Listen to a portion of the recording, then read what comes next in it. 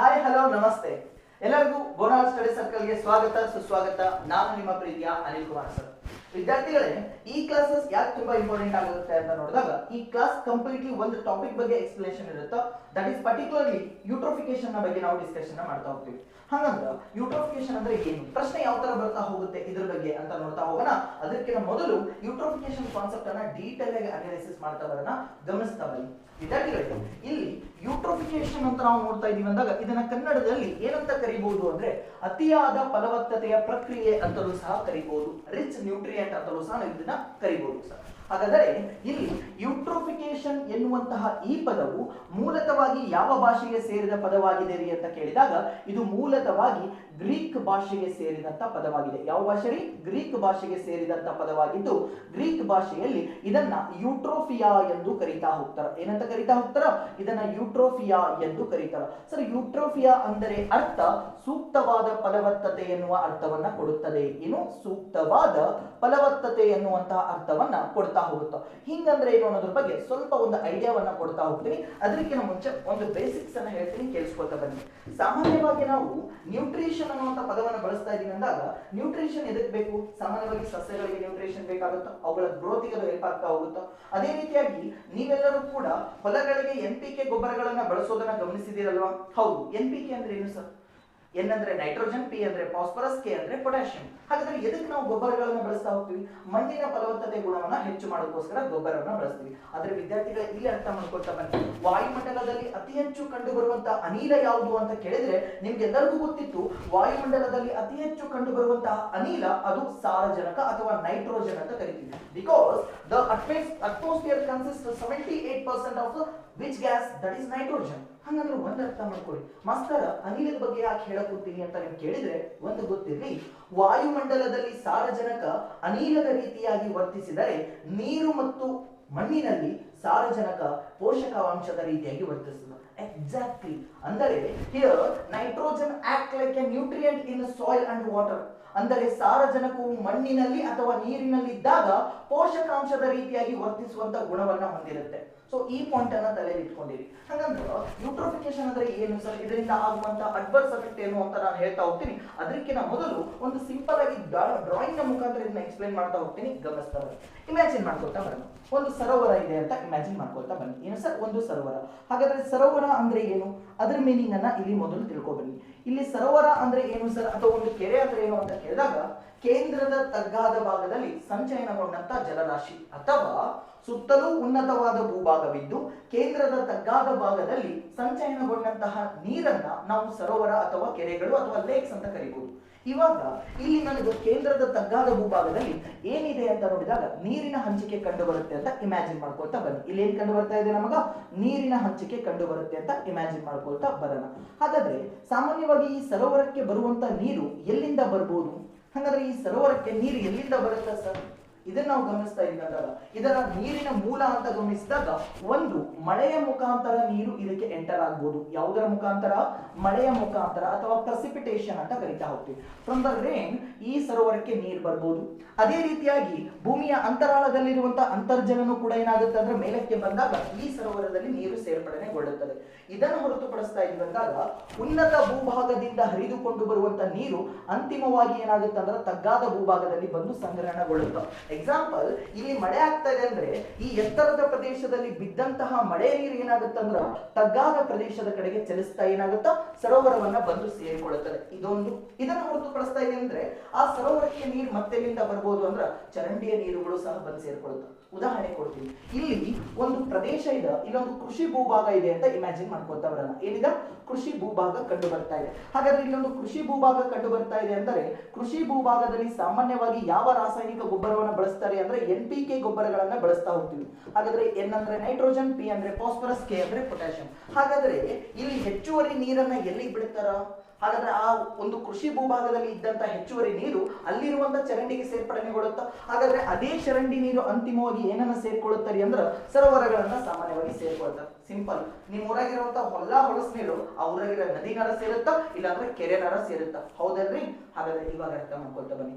Eutrophication ಅನ್ನ ಅರ್ಥ ಮಾಡ್ಕೋಬೇಕು ಅಂದ್ರೆ ಒಂದು ಸಿಂಪಲ್ ಆಗಿ ಕನ್ನಡದಲ್ಲಿ ಒಂದು ಪದ ಇದೆ, ಅತಿಯಾದ್ರೆ ಅಮೃತನು ವಿಷ ಆಗುತ್ತೆ ಅಂತ. ಎಕ್ಸಾಕ್ಟ್ಲಿ ಇದು ಅದನ್ನ ಇಂಡಿಕೇಟ್ ಮಾಡುತ್ತೆ. ಯಾಕೆ ಅಂತ ಹೇಳ್ತೀನಿ, ಗಮನಿಸಿ. ನಿಮಗೆ ಆವಾಗಲೇ ಏನ್ ಹೇಳಿದ್ದೆ, ಇಲ್ಲಿ ನೈಟ್ರೋಜನ್ ಅನ್ನೋದು ನೀರು ಅಥವಾ ಮಣ್ಣಿನಲ್ಲಿದ್ದಾಗ ಪೋಷಕಾಂಶದ ರೀತಿಯಾಗಿ ವರ್ತಿಸುತ್ತದೆ, ಹೌದಲ್ರಿ? ಹಾಗಾದರೆ ಈ ಕೃಷಿ ಭೂಭಾಗದಿಂದ ಸಾರಜನಕ ಅಂಶ ಮತ್ತು ಯಾವುದು ಸಾರಜನಕ ಮತ್ತು ಫಾಸ್ಫರಸ್ ಅಂಶಗಳು, ಫಾಸ್ಫೇಟ್ ಅಂತಲೂ ಸಹ ಕರಿಬಹುದು, ಈ ಫಾಸ್ಫರಸ್ ಅಂಶಗಳು ನೀರಿನಲ್ಲಿ ಕರಗಿರುತ್ತಾ ಅದೇ ನೀರು ಬಂದು ಅಂತಿಮವಾಗಿ ಏನನ್ನ ಸೇರಿಕೊಳ್ಳುತ್ತಾ ಸರೋವರವನ್ನ ಬಂದು ಸೇರಿಕೊಳ್ಳುತ್ತಾ. ಒಂದು ಅದೇ ರೀತಿಯಾಗಿ ಈಗ ಮಳೆ ಆಗ್ತಾ ಇತ್ತು ಅಂತ ನೋಡ್ತಾ ಇದೀವಿ ಅಂದಾಗ ಒಂದು ಗಮನಿಸ್ತಾ ಬನ್ನಿ, ಮಳೆ ನೀರು ಇಳಿಜಾರಿನ ಮುಖಾಂತರ ಸರೋವರವನ್ನ ಬಂದು ಸೇರ್ತಾ ಇದೆ ಅಂದಾಗ ಈಗ ಇದು ನೀರು ಬರುವಾಗ ಮಣ್ಣಿನ ಮುಖಾಂತರ ಹಾದು ಬರುತ್ತಾ, ಅಂದ್ರೆ ಮಣ್ಣಿನ ಮೇಲೆ ನೀರು ಹರಿತಾ ಇದ್ದಾಗ ಮಣ್ಣಿನಲ್ಲಿದ್ದಂತಹ ಫಾಸ್ಫರಸ್ ಅಂಶ ಅಥವಾ ಫಾಸ್ಫೇಟ್ ಅಂಶ ನೀರನ್ನ ಸೇರ್ಕರಣೆಗೊಳ್ಳುತ್ತದೆ. ಹಾಗಾದ್ರೆ ಈಗ ನೀರು ಹರಿದು ಬರುವಾಗ ಮಣ್ಣು ಅಥವಾ ಶಿಲೆಗಳಲ್ಲಿದ್ದಂತಹ ಖನಿಜಾಂಶವು ಕೂಡ ನೀರಲ್ಲಿ ಮಿಕ್ಸ್ ಆಗುತ್ತಾ, ಇದರ ಮುಖಾಂತರನೂ ಕೂಡ ಸಾರಜನಕ ಮತ್ತು ಫಾಸ್ಫೇಟ್ ಅಂಶಗಳು ಏನನ್ನ ಸೇರುತ್ತವೆ ಅಂದರೆ ಸರೋವರವನ್ನ ಬಂದು ಸೇರ್ಕೋತವೆ. ಹಾಗಾದ್ರೆ ಇವಾಗ ಅರ್ಥ ಮಾಡ್ಕೊತಾ ಬನ್ನಿ, ಈ ಸರೋವರಕ್ಕೆ ನಮಗ ಏನ್ ಆಡ್ ಆಗ್ತಾ ಇದೆ ಅಂದ್ರೆ ಸಾರಜನಕದ ಅಂಶ, ಯಾವುದು ಸಾರಜನಕದ ಅಂಶ ಮತ್ತು ಅಂತ ನೋಡ್ತಾ ಇದೀವಿ ಅಂದಾಗ ಫಾಸ್ಫರಸ್ ಅಂಶ ಅಥವಾ ಫಾಸ್ಫೇಟ್ ಅಂತಲೂ ಸಹ ಕರೀಬಹುದು. ಹಾಗಾದ್ರೆ ಇವಾಗ ಅರ್ಥ ಮಾಡ್ಕೊತಾ ಬರೋಣ, ಈ ಸಾರಜನಕ ಅಥವಾ ನೈಟ್ರೇಟ್ ಮತ್ತು ಫಾಸ್ಫೇಟ್ ಅಂಶಗಳು ಸರೋವರವನ್ನ ಬಂದು ಸೇರ್ಕೊಳ್ತು ಅಂದ್ರೆ ಸರೋವರದಲ್ಲಿ ಪೋಷಕಾಂಶದ ಗುಣ ಜಾಸ್ತಿ ಆಗುತ್ತೋ ಕಡಿಮೆ ಆಗುತ್ತೋ? ಡೆಫಿನೆಟ್ಲಿ ಜಾಸ್ತಿ ಆಗುತ್ತಾ, ಯಾಕಂದ್ರೆ ಇದು ಯಾವ ರೀತಿಯಾಗಿ ವರ್ತಿಸುತ್ತಾ, ಪೋಷಕಾಂಶದ ರೀತಿಯಾಗಿ ವರ್ತಿಸುತ್ತಾ. ಹಾಗಾದ್ರೆ ಇವಾಗ ಸರೋವರದಲ್ಲಿ ನನಗೆ ಏನ್ ಜಾಸ್ತಿ ಆಗ್ತಾ ಇದೆ ಅಂದ್ರೆ ನ್ಯೂಟ್ರಿಷನ್ ಜಾಸ್ತಿ ಆಗ್ತಾ ಇದೆ ಅಥವಾ ಪೋಷಕಾಂಶದ ಗುಣ ಜಾಸ್ತಿ ಆಗ್ತಾ ಇದೆ. ವಿದ್ಯಾರ್ಥಿಗಳೇ ಇವಾಗ ಅರ್ಥ ಮಾಡ್ಕೊತಾ ಬನ್ನಿ, ಈಗ ನಾನು ಹಿಂದಿನ ತರಗತಿಯಲ್ಲಿ ಜಲಚರ ಸಸ್ಯಗಳು ಅಂತ ಹೇಳಿದೆ, ನೆನಪಿದೆನಾ?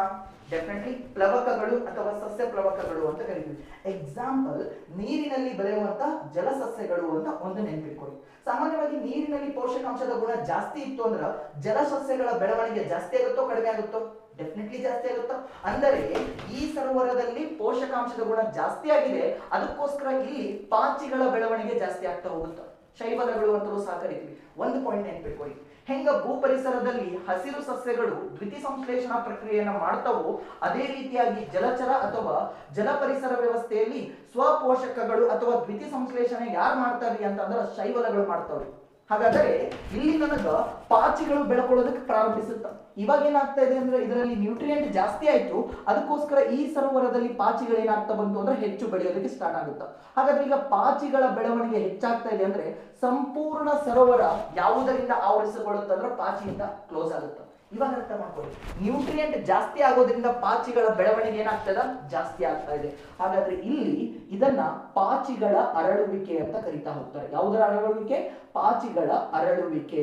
ಹಾಗಾದ್ರೆ ಇದನ್ನ ನಾವು ಇಂಗ್ಲಿಷ್ ಅಲ್ಲಿ ಏನಂತ ಕರಿಬಹುದು ಸರ್ ಅಂತ ಕೇಳಿದಾಗ ಇದನ್ನ ಆಲ್ಗಲ್ ಬ್ಲೂಮಿಂಗ್ ಅಂತ ಕರೀತಾರೆ.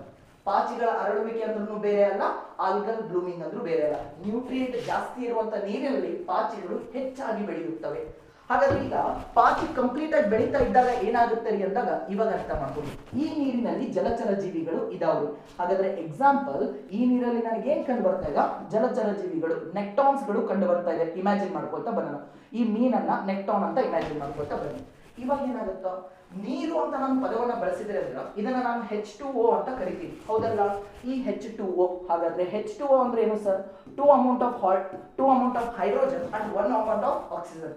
ಹಾಗಾದ್ರೆ ನೀರಿನಲ್ಲಿ ಕೂಡ ಆಮ್ಲಜನಕ ಇರುತ್ತೆ, ಆದ್ರೆ ಅದನ್ನ ಡಿಸಾಲ್ವ್ಡ್ ಆಕ್ಸಿಜನ್ ಅಂತ ಕರಿತೀವಿ, ಕರಗಿದ ಆಮ್ಲಜನಕ ಅಂತ ಕರಿತೀವಿ. ಹಾಗಾದರೆ ನೀರಿನಲ್ಲಿ ಇರುವಂತಹ ಆಮ್ಲಜನಕವನ್ನ ಕರಗಿದ ಆಮ್ಲಜನಕ ಅಥವಾ ಅದನ್ನ ಡಿಸಾಲ್ವ್ಡ್ ಆಕ್ಸಿಜನ್ ಅಂತ ಕರಿತಾ ಹೋಗ್ತೀವಿ, ಡಿಸಾಲ್ವ್ಡ್ ಆಕ್ಸಿಜನ್ ಅಂತ ಕರಿತೀವಿ. ಹಾಗಾದ್ರೆ ಇವಾಗ ಅರ್ಥ ಮಾಡ್ಕೊತಾ ಬನ್ನಿ, ನೀರಿಗೆ ಆಕ್ಸಿಜನ್ ಹೆಂಗ್ ಬರುತ್ತಾ? ಇವು ನಿಮ್ಗೆಲ್ಲರಿಗೂ ಗೊತ್ತಿದೆ, ನೀರಿನಲ್ಲೂ ಆಮ್ಲಜನಕದ ಕಣಗಳಿರ್ತಾವ ಸರ್, ಮೀನುಗಳಾಗಿರ್ಬೋದು ಅಥವಾ ಜಲಚರ ಜೀವಿಗಳು ಆ ಆಮ್ಲಜನಕವನ್ನು ಬಳಸಿಕೊಳ್ತಾವ ಅಂತ ನಿಮ್ಗೆಲ್ಲರಿಗೂ ಗೊತ್ತಿದೆ. ಆದ್ರೆ ನೀರಿಗೆ ಹೆಂಗ್ ಆಮ್ಲಜನಕ ಬಂದು ಸೇರ್ಪಡೆಗೊಳ್ಳುತ್ತೆ? ಹಾಗಾದ್ರೆ ಇದು ಪ್ರಸರಣ ಪ್ರಕ್ರಿಯೆಯ ಮುಖಾಂತರ ನೀರಿಗೆ ಆಮ್ಲಜನಕ ಬಂದು ಸೇರ್ಕೊಳ್ಳುತ್ತೆ. ಇವಾಗ ಅರ್ಥ ಮಾಡ್ಕೊಳ್ಳಿ ವಿದ್ಯಾರ್ಥಿಗಳು, ಪ್ರಸರಣ ಅಂದ್ರೆ ಏನು ಸರ್?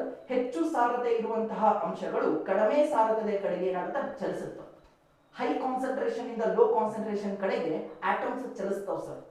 ಇವಾಗ ಇದನ್ನ ಒಂದು ಉದಾಹರಣೆ ಮುಖಾಂತರ ಹೇಳ್ಬೇಕಂದ್ರ, ಎರಡು ಟ್ಯಾಂಕ್ಸ್ ಇದಾವ ಅಂತ ತಿಳ್ಕೊಳ್ಳಿ, ಎರಡು ವಾಟರ್ ಟ್ಯಾಂಕ್ ಇದೆ ಅಂತ ಇಲ್ಲಿ ಎಕ್ಸಾಂಪಲ್ ಕೊಡ್ತೀನಿ. ಈಗ ನನಗ ಇಲ್ಲೊಂದು ವಾಟರ್ ಟ್ಯಾಂಕ್ ಇದೆ, ಇದು ನನಗ ಎ, ಇಲ್ಲೊಂದು ವಾಟರ್ ಟ್ಯಾಂಕ್ ಕಂಡು ಬರ್ತಾ ಇದೆ, ಇದು ನನಗ ಬಿ ಅಂತ ಕರಿತಾ ಹೋಗ್ತೀನಿ ಸರ್. ಇದರಲ್ಲಿ ನನಗ 1 ಲೀಟರ್ನಷ್ಟು ನೀರಿದೆ. ಎಷ್ಟು ಲೀಟರ್? 1 ಲೀಟರ್ನಷ್ಟು ನೀರಿದೆ. ಹಾಗಾದ್ರೆ ಇದರಲ್ಲಿ 10 ಲೀಟರ್ನಷ್ಟು ನೀರಿದೆ ಅಂತ ಇಮ್ಯಾಜಿನ್ ಮಾಡ್ಕೊಳ್ಳಿ. ಎಷ್ಟು? 10 ಲೀಟರ್. ಹಾಗಾದ್ರೆ ಇವೆರಡನ್ನೂ ಕೂಡ ಒಂದು ಪೈಪ್ ನ ಮುಖಾಂತರ ಕನೆಕ್ಟ್ ಮಾಡಿದ್ವಿ ಅಂತ ತಿಳ್ಕೊಳ್ಳಿ. ಇವಾಗ ಏನಾಗುತ್ತೆ, ಇಲ್ಲಿ ನನಗ ಹೈ ಕಾನ್ಸಂಟ್ರೇಷನ್, ಹೆಚ್ಚು ಸಾರತೆ ಇದರಲ್ಲಿದೆ. ಹಾಗಾದ್ರೆ ಇದರಲ್ಲಿ 10 ಲೀಟರ್ ನೀರು ಐತಿ, ಇದರಲ್ಲಿ 1 ಲೀಟರ್ ಇದೆ. ಇವಾಗ ಏನಾಗುತ್ತಾ, ಹೆಚ್ಚು ಸಾರತೆಯಲ್ಲಿ ಇರುವಂತ ನೀರು ಈ ಕಡೆ ಚಲಿಸೋದಕ್ಕೆ ಪ್ರಾರಂಭಿಸುತ್ತೆ. ಅರ್ಥ ಆಗ್ತದೆ ನಾ? ಹೈ ಕಾನ್ಸಂಟ್ರೇಷನ್ ಇಂದ ಲೋ ಕಾನ್ಸಂಟ್ರೇಷನ್ ಕಡೆ ನೀರೇನಾಗುತ್ತೆ, ಪುಷ್ ಆಗುತ್ತೆ. ಹಾಗಾದ್ರೆ ಈಗ ವಾಯುಮಂಡಲದಲ್ಲಿ ಆಮ್ಲಜನಕದ ಸಾರತೆ ಜಾಸ್ತಿ ಇದೆ, ಹಾಗಾದ್ರೆ ಇದರಲ್ಲಿ ಆಮ್ಲಜನಕದ ಸಾರತೆ ಏನಿರುತ್ತೆ, ಕಡಿಮೆ ಇರುತ್ತೆ. ಸೊ ವಾಯುಮಂಡಲದ ಸಂಪರ್ಕದಲ್ಲಿ ನೀರಿದ್ದಾಗ ನೇರವಾಗಿ ಅಬ್ಸರ್ವ್ ಮಾಡ್ರಿ, ವಾಯುಮಂಡಲದೊಂದಿಗೆ ನೀರು ಸಂಪರ್ಕದಲ್ಲಿದ್ದಾಗ, ಇಲ್ಲಿ ಇದನ್ನ ಕ್ಲೋಸ್ ಮಾಡಬೇಡ್ರಿ, ಇವಾಗ ಓಪನ್ ಇದೆ ಅಂತ ಇಮ್ಯಾಜಿನ್ ಮಾಡ್ಕೊಳ್ಳಿ. ಹಾಗಾದ್ರೆ ವಾಯುಮಂಡಲದಲ್ಲಿ ಹೆಚ್ಚು ಸಾರತೆ ಇರುತ್ತೆ, ಇಲ್ಲಿಂದ ಏನಾಗುತ್ತೆ ಅಂದ್ರೆ ಆಮ್ಲಜನಕ ನೇರವಾಗಿ ನೀರನ್ನ ಸೇರುತ್ತೆ. ಹೆಂಗ್ ಬರುತ್ತಾ ಮಾಸ್ಟರ್ ಅಂದ್ರ, ಓಪನ್ ವಾಟರ್, ನೀರು ಗಾಳಿಯ ಜೊತೆಗೆ ಸಂಪರ್ಕದಲ್ಲಿ ಇತ್ತು ಅಂತ ತಿಳ್ಕೊರಿ, ಗಾಳಿಯಲ್ಲಿರುವಂತಹ ಆಮ್ಲಜನಕದ ಕಣಗಳು ನೀರಿಗೆ ಬಂದು ಸೇರ್ಕೊಳ್ತಾವೆ. ಒಂದು, ಹಾಗಾದ್ರೆ high concentration to low concentration oxygen move ಆಗುತ್ತೆ. ಹಾಗಾದ್ರೆ ತೆರೆದ ಕೊಳವೆ ಮತ್ತು ಮುಚ್ಚಿದ ಕೊಳವೆ ನಾವು ಗಮನಿಸ್ತಾ ಇದೀವಿ ಅಂದಾಗ, ಅಥವಾ ಎರಡು ಟ್ಯಾಂಕ್ ಅನ್ನು ತಗೊಂತಾ ಇದ್ದೀವಿ ಅಂದಾಗ, ತೆರೆದ ಟ್ಯಾಂಕ್ ನಲ್ಲಿ ಇದ್ದಂತಹ ನೀರು ಶುಭ್ರವಾಗಿರುತ್ತೆ, ಅದರಲ್ಲಿ ಆಮ್ಲಜನಕದ ಕಣ ಜಾಸ್ತಿ ಇರುತ್ತೆ. ಯಾಕಂದರೆ ಅದು ವಾಯುಮಂಡಲದ ಸಂಪರ್ಕದಲ್ಲಿ ಇರುತ್ತೆ. ಯಾವ ನೀರು ವಾಯುಮಂಡಲದ ಸಂಪರ್ಕದಲ್ಲಿ ಇರುತ್ತೋ ಅದರಲ್ಲಿ ಆಮ್ಲಜನಕದ ಕಣಗಳು ಜಾಸ್ತಿ ಇರ್ತಾವೆ. ಇದನ್ನ ಅರ್ಥ ಮಾಡ್ಕೊಳ್ಳಿ. ಇದನ್ನ ಬಿಟ್ರೆ ಸೂರ್ಯನ ಬೆಳಕು ಕೂಡ ಏನಾಗ್ತಾ ಇರುತ್ತೆ ಅಂದ್ರೆ ನೀರನ್ನ ಬಂದು ಸೇರ್ಪಡೆಗೊಳ್ತಾ ಇರುತ್ತೆ. ಎಕ್ಸಾಂಪಲ್, ಈಗ ನನಗೆ ಇಲ್ಲಿ ಸನ್ಲೈಟ್ ಇದೆ ಅಂತ ಅಂದಾಗ ಗಮನಿಸ್ತಾ ಬನ್ನಿ, ನೀರಿನಲ್ಲಿಯೂ ಕೂಡ ಸೂರ್ಯನ ಕಿರಣಗಳು ಚಲಿಸುತ್ತೆ. ಹಾಗಾದ್ರೆ ಈಗ ಸೂರ್ಯನ ಕಿರಣಗಳು ಕೂಡ ಏನಾಗುತ್ತೆ, ನೀರಿಗೆ ಬರುತ್ತೆ. ಸರ್ ಇದು ಎದಕ್ಕೆ ಬೇಕು ನಮಗೆ ಅಂತ ಕೇಳಿದ್ರೆ ಸಿಂಪಲ್ ಆಗಿ ಅರ್ಥ ಮಾಡ್ಕೊಳ್ಳಿ. ಸಾಮಾನ್ಯವಾಗಿ ಜಲಚರ ಸಸ್ಯಗಳನ್ನು ನಾವು ಗಮನಿಸ್ತಾ ಇದ್ದೀವಿ ಅಂದಾಗ, ಜಲಚರ ಸಸ್ಯಗಳು ದ್ವಿತೀಯ ಸಂಶ್ಲೇಷಣಾ ಪ್ರಕ್ರಿಯೆಯನ್ನು ಮಾಡ್ತವೆ, ಹೌದಲ್ರಿ? ಹಾಗಾದ್ರೆ ದ್ವಿತೀಯ ಸಂಶ್ಲೇಷಣಾ ಪ್ರಕ್ರಿಯೆಯ ಮುಖಾಂತರ ಯಾವ ಅನಿಲ ಬಿಡುಗಡೆಗೊಳ್ಳುತ್ತದೆ? ಈ ತರ ಏನಾದ್ರು ಕೇಳಿದ್ರೆ ನಿಮ್ಗೆಲ್ಲರಿಗೂ ಗೊತ್ತಿದೆ. ಸರ್, ದ್ವಿತೀಯ ಸಂಶ್ಲೇಷಣಾ ಪ್ರಕ್ರಿಯೆ ಮುಖಾಂತರ ಆಮ್ಲಜನಕ ಬಿಡುಗಡೆಗೊಳ್ಳುತ್ತದೆ. ಏನ್ ಬಿಡುಗಡೆಗೊಳ್ಳುತ್ತಾ? ಆಮ್ಲಜನಕ ಬಿಡುಗಡೆಗೊಳ್ಳುತ್ತಾ. ಹಾಗಾದ್ರೆ ಈಗ ಜಲಸಸ್ಯಗಳು ನೀರಿನಲ್ಲಿ ದ್ವಿತೀಯ ಸಂಶ್ಲೇಷಣಾ ಪ್ರಕ್ರಿಯೆಯನ್ನ ಮಾಡ್ತಾ ಇದಾವೆ ಅಂದ್ರೆ, ಜಲಸಸ್ಯಗಳ ಮುಖಾಂತರ ಕೂಡ ನೀರಿಗೆ ಏನು ಬಂದು ಸೇರ್ಪಡೆಗೊಳ್ಳುತ್ತಾ? ಜಲಸಸ್ಯಗಳ ಮುಖಾಂತರವೂ ಕೂಡ ನೀರಿಗೆ ನಮಗ ಆಮ್ಲಜನಕ ಬಂದು ಸೇರ್ಪಡೆಗೊಳ್ಳುತ್ತೆ.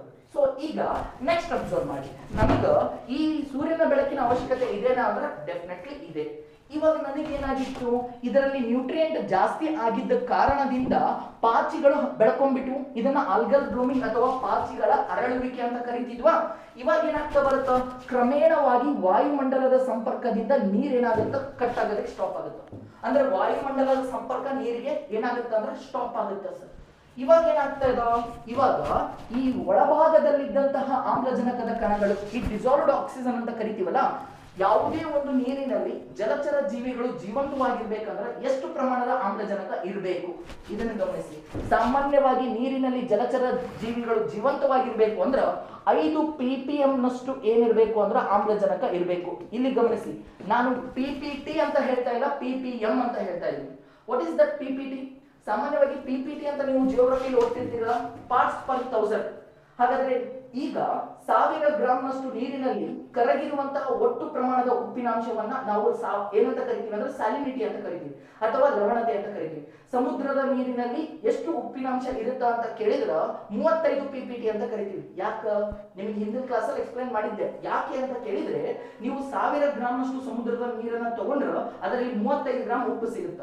ನಾನು ಇವಾಗ PPT ಬಗ್ಗೆ ಮಾತಾಡ್ತಾ ಇಲ್ಲ, ppm ಅಂತ ಹೇಳ್ತೀನಿ. ಹಾಗಾದ್ರೆ ಆಮ್ಲಜನಕವನ್ನ ಅಥವಾ ನೀರಿನಲ್ಲಿ ಕರಗಿರುವಂತಹ ಆಮ್ಲಜನಕವನ್ನ ಹೆಂಗೆ ಇಂಡಿಕೇಟ್ ಮಾಡ್ತಾರೆ ಅಂದ್ರೆ ppm ಗಳ ಮುಖಾಂತರ ಇಂಡಿಕೇಟ್ ಮಾಡ್ತಾರೆ. ಇದರ ಅರ್ಥ ಹೆಂಗ್ ಗೊತ್ತಾ, ಪಾರ್ಟ್ಸ್ ಪರ್ ಮಿಲಿಯನ್. 1 ಮಿಲಿಯನ್ ಅಂದ್ರೆ 10 ಲಕ್ಷ ಅಂತ ಅರ್ಥ. 10 ಲಕ್ಷ ಗ್ರಾಂನಷ್ಟು ನೀರಿನಲ್ಲಿ 5 ಗ್ರಾಂನಷ್ಟು ಆಮ್ಲಜನಕದ ಕಣಗಳಿರ್ತಾವೆ ಅಂತ ಅರ್ಥ. ಇಷ್ಟಿದ್ರೆ ಮಾತ್ರ ಜೀವಿಗಳು ಅದರಲ್ಲಿ ಜೀವಂತವಾಗಿರ್ತಾವೆ. ಇದಕ್ಕಿಂತ ಕಡಿಮೆ ಬಂತು ಅಂದ್ರೆ ಅದರಲ್ಲಿ ಜೀವಿಗಳು ಉಳಿಯೋದಿಲ್ಲ. ಇವಾಗ ಗಮನಿಸಿ, ಇವಾಗ ಏನಾಯ್ತು ಅಂದ್ರೆ ಈ ಪಾಚಿಗಳು ಬೆಳ್ಕೊಂಡಿರೋ ಕಾರಣದಿಂದಾಗಿ ಹೊಸದಾಗಿ ಆಮ್ಲಜನಕ ನೀರಿಗೆ ಬಂದು ಸೇರ್ತಾ ಇಲ್ಲ, ಹೌದಲ್ವಾ? ಈಗ ಹೊಸದಾಗಿ ಆಮ್ಲಜನಕ ಏನಾಗ್ತಾ ಇಲ್ಲ, ನೀರಿಗೆ ಬಂದು ಸೇರ್ತಾ ಇಲ್ಲ.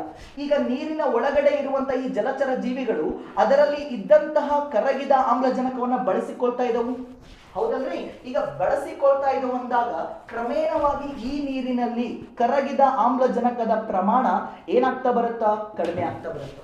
ಹಂತ ಹಂತವಾಗಿ ಇದರಲ್ಲಿ ಇದ್ದಂತ ಆಮ್ಲಜನಕದ ಪ್ರಮಾಣ ಕಡಿಮೆ ಆಗ್ತಾ ಇದೆ ಅಂದ್ರೆ ಡೆಫಿನೆಟ್ಲಿ ಈ ಜಲಚರ ಜೀವಿಗಳು ಏನಾಗ್ತಾ ಹೋಗುತ್ತಾ, ನಾಶ ಆಗಲು ಪ್ರಾರಂಭಿಸುತ್ತವೆ.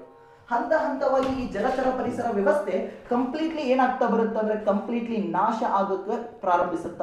ಹಾಗಾದ್ರೆ ಇವಾಗ ಅರ್ಥ ಮಾಡ್ಕೊಳ್ತಾ ಬನ್ನಿ, ಈಗ ಜಲ ಪರಿಸರ ವ್ಯವಸ್ಥೆ ಏನಾಗ್ತಾ ಇದೆ, ಕಂಪ್ಲೀಟ್ಲಿ ಡಿಗ್ರೇಡ್ ಆಗುತ್ತಾ ಅಥವಾ ನಾಶ ಆಗ್ತಾ ಇದೆ. ಈ ನಾಶ ಆಗೋದಕ್ಕೆ ಕಾರಣ ಏನು? ಯಾಕೆ ಕಾರಣ ಅಂದ್ರೆ ಈ ಪಾಚಿಗಳು ಬೆಳೆಯೋದ್ರಿಂದ ಹೊಸದಾಗಿ ಆಮ್ಲಜನಕ ಬರ್ತಿಲ್ಲ. ಆಯ್ತು, ಪಾಚಿಗಳು ಯಾಕೆ ಬೆಳೆದವು, ಯಾಕೆ ಬೆಳೀತಾ ಇದಾವು ಅಂದ್ರ ಇದರಲ್ಲಿ ನೈಟ್ರೇಟ್ ಮತ್ತು ಫಾಸ್ಫೇಟ್ ಅಂಶ ಬಂದು ಸೇರ್ಕೊಂಡಿತ್ತು. ಹಾಗಾದ್ರೆ ನೈಟ್ರೇಟ್ ಮತ್ತು ಫಾಸ್ಫೇಟ್ ಅನ್ನೋದು ಏನಂತ ಹೇಳಿದೆ ನಿಮಗೆ, ಪೋಷಕಾಂಶ ಅಂತ ಹೇಳಿದೆ. ಅಂದ್ರೆ ಈ ನೀರಲ್ಲಿ ಜಾಸ್ತಿ ಪೋಷಕಾಂಶ ಇರೋದ್ರಿಂದ ಅಲ್ಲಿರುವಂತ ಜಲಚರ ಜೀವಿಗಳು ಹಂತ ಹಂತವಾಗಿ ನಾಶ ಆದವು. ಅದಕ್ಕೆ ಹೇಳಿದ್ದು ಅತಿಯಾದ್ರೆ ಅಮೃತನು ವಿಷ ಆಗಿರುತ್ತ. ಅಂದ್ರೆ ಪೋಷಕಾಂಶ ಜಾಸ್ತಿ ಆಯ್ತಂದ್ರೆ ಪಾಚಿಗಳು ಜಾಸ್ತಿ ಬೆಳಿತಾವು, ಪಾಚಿಗಳು ಜಾಸ್ತಿ ಬೆಳೆದಂದ್ರೆ ಆಮ್ಲಜನಕ ರೆಡ್ಯೂಸ್ ಆಗುತ್ತ, ಆಮ್ಲಜನಕ ರೆಡ್ಯೂಸ್ ಆಯ್ತು ಅಂದ್ರೆ ಅದರ ಒಳಗಡೆ ಇರುವಂತಹ ಜಲಚರ ಜೀವಿಗಳು ಕಂಪ್ಲೀಟ್ಲಿ ನಾಶ ಆಗುತ್ತ. ಹಾಗಾದ್ರೆ ಈ ಒಂದು ಪ್ರಕ್ರಿಯೆಯನ್ನ ಯೂಟ್ರೋಫಿಕೇಶನ್ ಅಂತ ಕರೀತೀವಿ. ಅಂದರೆ ಅತಿಯಾದ ಫಲವತ್ತತೆಯ ಪ್ರಕ್ರಿಯೆ. ಜಾಸ್ತಿ ನ್ಯೂಟ್ರಿಯೆಂಟ್ಸ್ ಬಂದರೂ ಕೂಡ ಪರಿಸರ ಏನಾಗುತ್ತಾ, ನಾಶ ಆಗುತ್ತದೆ. ಈ ಕಾನ್ಸೆಪ್ಟ್ ಯಾವುದಕ್ಕೆ ಸಂಬಂಧಿಸಿದೆ ಅಂದ್ರೆ ಯೂಟ್ರೋಫಿಕೇಶನ್ಗೆ ಸಂಬಂಧಿಸಿದೆ. ಎಕ್ಸಾಮ್ ಅಲ್ಲಿ ಕೇಳ್ತಾರೆ, ಯೂಟ್ರೋಫಿಕೇಶನ್ ಅಲ್ಲಿ ಪ್ರಧಾನವಾಗಿ ಪಾತ್ರವನ್ನು ವಹಿಸುವಂತಹ ಪೋಷಕಾಂಶಗಳು ಯಾವುದು ಅಂತ ಕೇಳ್ತಾರೆ. ನೈಟ್ರೇಟ್ ಮತ್ತು ಫಾಸ್ಫೇಟ್ ಅಂದ್ರೆ ಸಾರಜನಕಾಂಶ ಮತ್ತು ಫಾಸ್ಫರಸ್ ಅಂಶಗಳು ನೀರಿಗೆ ಬಂದು ಸೇರ್ಪಡೆಗೊಳ್ಳುತ್ತವೆ. ಅರ್ಥ ಆಗ್ತಾ ಇದೆಯಾ? ಓಕೆ, ಹಾಗಾದ್ರೆ ಈ ಕಾನ್ಸೆಪ್ಟ್ ಎದಕ್ಕೆ ರಿಲೇಟೆಡ್ ಆಗಿತ್ತು ಅಂತ ಕೇಳಿದಾಗ ಯೂಟ್ರೋಫಿಕೇಶನ್ ಗೆ ಸಂಬಂಧಿಸಿದ್ದು. ಈ ಚಿತ್ರವನ್ನ ಡಯಾಗ್ರಾಮ್ ಅನ್ನ ಹೆಂಗ್ ಬಿಡಿಸಿದ್ನೋ ಅದೇ ತರ ಬಿಡಿಸ್ಕೊಳ್ಳಿ. ಅರ್ಥ ಆಗ್ತಾನ? ಎಕ್ಸಾಕ್ಟ್ಲಿ ನೀವೇನ್ ಮಾಡ್ಕೊಳ್ಳಿ, ನೋಟ್ಸ್ ಅಲ್ಲಿ ಈ ತರ ಬರ್ಕೊಳ್ಳಿ, ರಿವಿಷನ್ ಮಾಡ್ಕೊಳ್ಳಿ. ಇದಕ್ಕೆ ರಿಲೇಟೆಡ್ ಆಗಿರುವಂತಹ ಪ್ರಶ್ನೆಗಳನ್ನ ನಾನು ನೆಕ್ಸ್ಟ್ ವಿಡಿಯೋದಲ್ಲಿ ನಿಮಗೆ ಕ್ವಶನ್ ಮುಖಾಂತರ ಕೊಡ್ತಾ ಹೋಗ್ತೀನಿ, ಅದನ್ನ ನೀವು ಸಾಲ್ವ್ ಮಾಡ್ತಾ ಬನ್ನಿ. ಓಕೆನಾ?